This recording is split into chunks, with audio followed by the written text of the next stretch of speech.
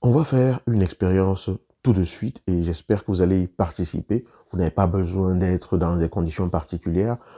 Jouez juste le jeu et vous allez comprendre ce que je vais vous dire par là. Est-ce que vous me voyez là? Vous êtes sûr que vous me voyez là? Regardez-moi bien. Vous me voyez là? Est-ce que vous me voyez bien à la caméra? Ok, parfait. Si vous me voyez bien, je vais vous demander de fermer les yeux 2 secondes. Maintenant que vous avez fermé les yeux, vous me voyez toujours? Est-ce que vous me voyez? Non, vous ne me voyez pas. Pourquoi? Parce que vous avez les yeux fermés. Mais est-ce que j'ai cessé d'exister pour autant? Non, puisque vous m'entendez. Mais et si vous vous bouchiez les oreilles? Vraiment? Est-ce que vous m'entendriez? Non, vous ne m'entendriez pas. Pourtant, je suis toujours là, en train de parler. Donc, si vous avez les yeux fermés, les oreilles fermées, vous ne me voyez pas, vous ne m'entendez pas. Pourtant, je suis toujours là. Alors, imaginez que votre femme, votre maman, votre conjoint, votre conjointe, ou votre fille, ou votre fils, peu importe, soit en train de cuisiner le mets le plus délicieux que vous ayez jamais, auquel vous n'ayez jamais goûté. Vous y avez goûté une fois, c'est tellement bon que vous sentez seulement l'odeur, vous dites, waouh, vous commencez déjà à saliver, etc. Imaginez que ce soit en train de se passer. Si la personne est en train de cuisiner et que vous percevez cette odeur, supposons que cette odeur disparaisse subitement ou que cette personne soit en train de cuisiner à un autre endroit différent de là où vous êtes. Percevrez-vous l'odeur? Non, vous n'allez pas percevoir l'odeur. Pas du tout, vous n'allez pas percevoir cette odeur, d'accord? Parce que cette personne n'est pas au même endroit que vous. Pourtant, l'odeur existe et vos sens d'odorat existent également. Supposez maintenant que vous soyez en train de marcher dans la rue et subitement vous piétinez, vous posez le pied sur un clou pointu qui est vraiment tendu comme ça vers le haut, vous l'avez pas vu, et qu'il vous transperce la chaussure et vous transperce le pied. Qu'est-ce que vous allez faire? Vous allez ressentir cette douleur. Vous allez sentir que quelque chose vous a piqué. D'accord? Mais par contre, si ce clou, pendant que vous approchez, vous posez le pied dessus et vous vous rendez compte qu'il y a un clou et que vous ne posez pas et qu'il ne vous pique pas, qu'est-ce qui va se passer? Vous n'allez pas ressentir de douleur. On peut citer des expériences multiples de cette façon. Et tout ceci, c'est pour arriver à vous dire quoi? C'est pour arriver à vous dire que chacune des sensations que vous percevez se passe à l'intérieur de vous.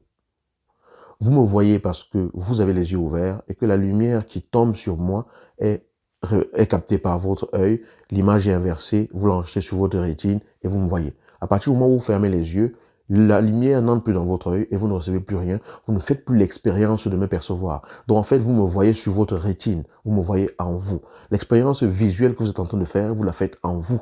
Certes, je suis en face de vous, mais vous ne me voyez qu'en vous parce que si vous fermez les yeux, vous ne me voyez plus. Pourquoi? Parce que mon information, l'information visuelle qui est censée arriver à votre cerveau, n'entre plus à travers votre œil.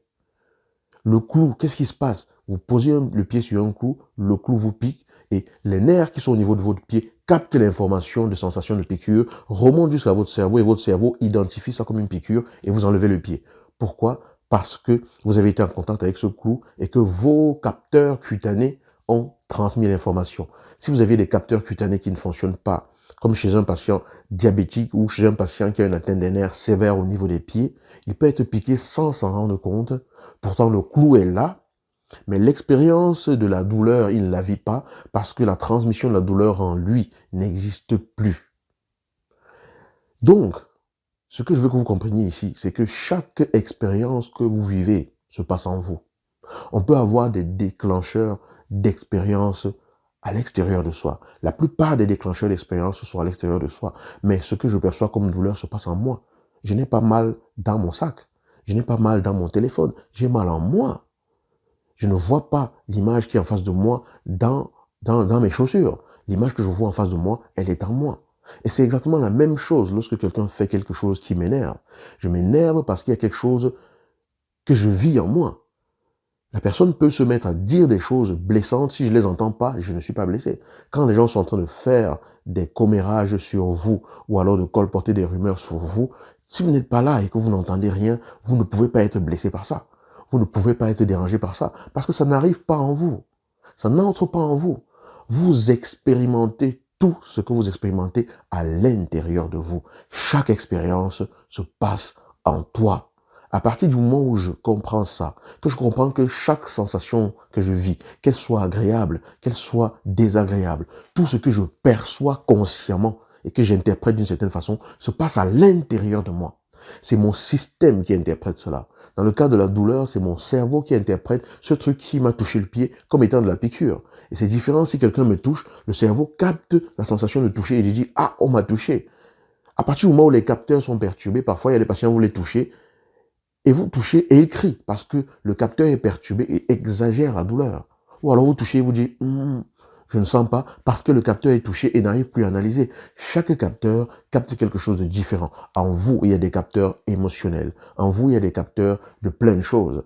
Donc chaque émotion que je vis, je la vis en moi. Chaque expérience que je vis, je la vis en moi. Tout ce qui se passe autour de moi active mes capteurs et me fait vivre et interpréter l'expérience d'une façon bien précise. Et dans le cas des communications, dans le cas des, des relations entre êtres humains, ça va être plus, quelqu'un dit quelque chose et mon système le capte et l'interprète en fonction de ce qu'on me disait, peut-être quand j'étais petit, de la perception que j'ai de ce que les gens sont censés dire, de ce que j'attends des autres. Donc, il y a tout ça qui va créer un mix et donner une résultante, qui est l'interprétation que je donne à la chose. Et à partir de là, je vais commencer à me dire, ah, vraiment, c'est à cause de lui que je suis comme ça. Ah, c'est à cause d'elle que je suis triste. Ah, c'est à cause de lui que je suis énervé. Ah, c'est à cause de lui. Non. Lorsque je suis énervé, je fais l'expérience de quelque chose en moi qui a été déclenché par un événement extérieur. Ce n'est pas vraiment l'événement extérieur qui m'énerve.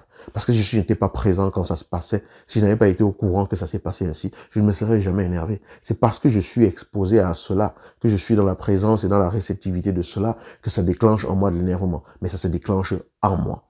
Donc, chaque expérience se passe à l'intérieur de toi. Chaque expérience que tu vis se passe à l'intérieur de toi. Il n'y a pas d'expérience en dehors de l'être humain. Tout ce que tu interprètes comme perception, comme sensation, comme les 5 sens dont on parle, tu les perçois. Tu perçois le message de ces 5 sens à l'intérieur de toi, pas dans le corps de ton voisin. Donc, partant sur ce principe, apprenons à être à l'écoute de ce qui se passe en nous, à être dans l'acceptation que lorsque je suis dans un certain état, c'est parce que cet état-là est la résultante d'un ensemble de systèmes que j'ai créés en moi ou qui ont été façonnés en moi par les événements que j'ai vécus, mais ça se passe en moi. Ça veut dire que ma météo intérieure se passe à l'intérieur de moi. Et les événements extérieurs peuvent peut-être déclencher la tempête en moi, mais je suis capable d'apaiser cette tempête lorsque je comprends que ce n'est pas l'autre qui est responsable de ce que je suis en train de ressentir. Mais je ressens ce que je ressens parce que l'autre a déclenché un récepteur en moi qui m'apporte ce message. Et à partir de là, je choisis et je décide ce que j'apporte comme réponse. Ce que j'apporte comme action par rapport à cela. Et je prends 100% de responsabilité de ce que je fais. Je prends 100% de responsabilité. Responsibility. Je prends 100% de mon habileté à répondre.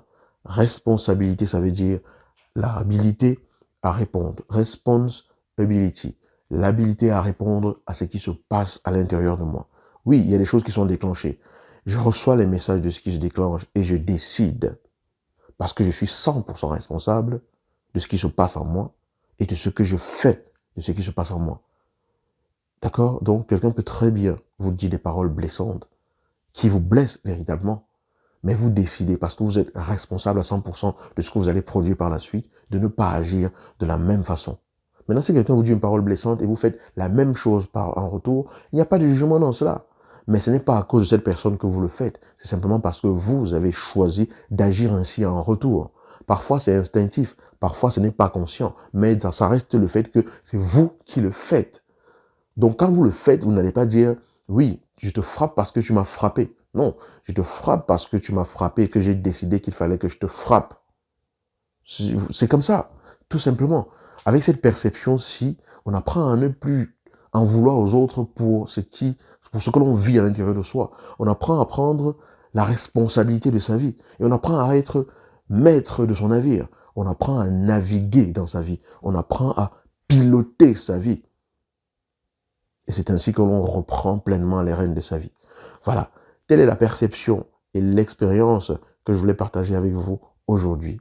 J'espère que ceci vous a inspiré. Si c'est le cas, je vais simplement vous demander, si vous voulez bien, de partager cette vidéo et ça me fera plaisir de lire vos commentaires si vous en avez. Je vous dis à bientôt et je vous souhaite une excellente journée.